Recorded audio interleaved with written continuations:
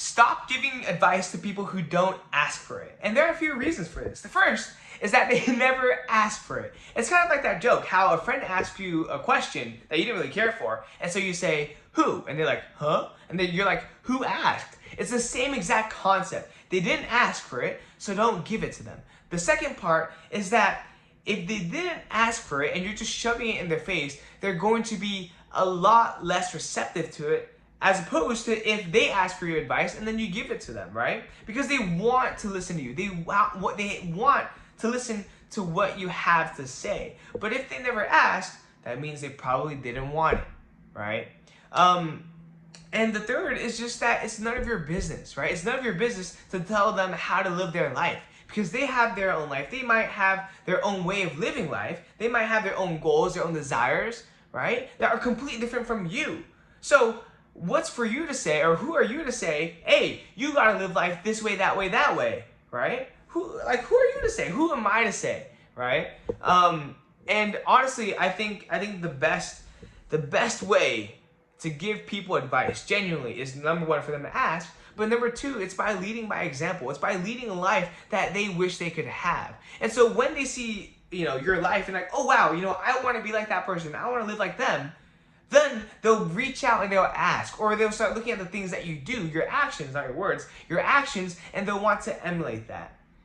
And so that is why I believe truly that you should stop giving advice to people who don't ask for it.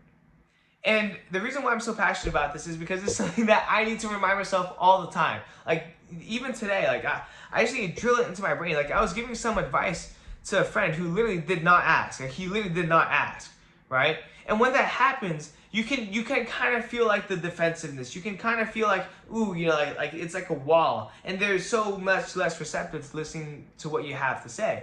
And again, like, who am I to say how to live your life? Right? Who am I to say, like, yo, this is how you should do it, this is what you should dream and dream about, right? Who am I to say that? Like, I know Jack, I'm not gonna cuss, I don't know anything. I really don't, right? And so it's like, this video really is just a reminder for me to stop giving advice to people who don't ask for it. And also, it's just a much bigger joy to give advice to people who do ask for it, right? But again, it's just the truth.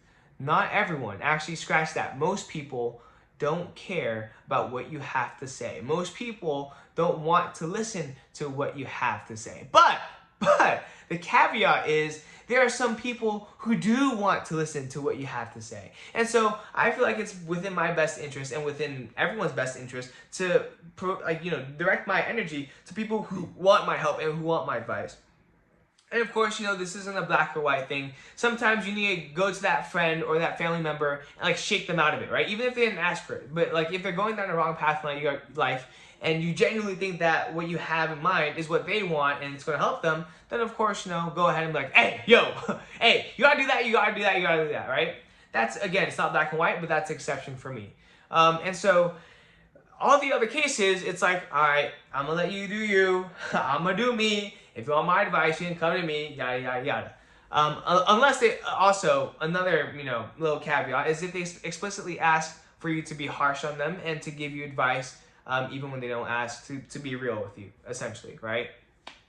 But as a general rule of thumb, that works pretty much most of the time, if someone doesn't ask for help, if someone doesn't ask for advice, then don't give it to them, or rather, don't force it onto them. I think that's a better way of putting it.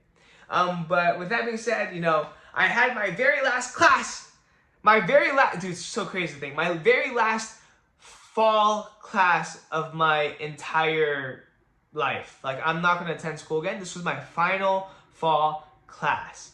That's crazy to think. Time flies fast, man. Like, 1 minute you're in school, elementary school, the next minute you're graduating and you're off to the races, right? So really live in the present. I think that's something that I've worked on a lot, which is like, being in the moment and just meeting as many people as I can and taking advantage of the collegiate experience. Because it genuinely is once in a lifetime. And so I don't want to have any regrets, so I'm going to make the most out of it.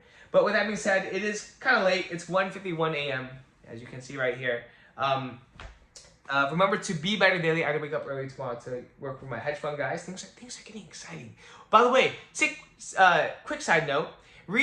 I highly recommend, if you want, to read Rich Dad, Poor Dad, and also The Automatic Millionaire. These are books that my hedge fund guys who are very, very wealthy, recommended to me. And at first I was like, I kind of don't want to read it.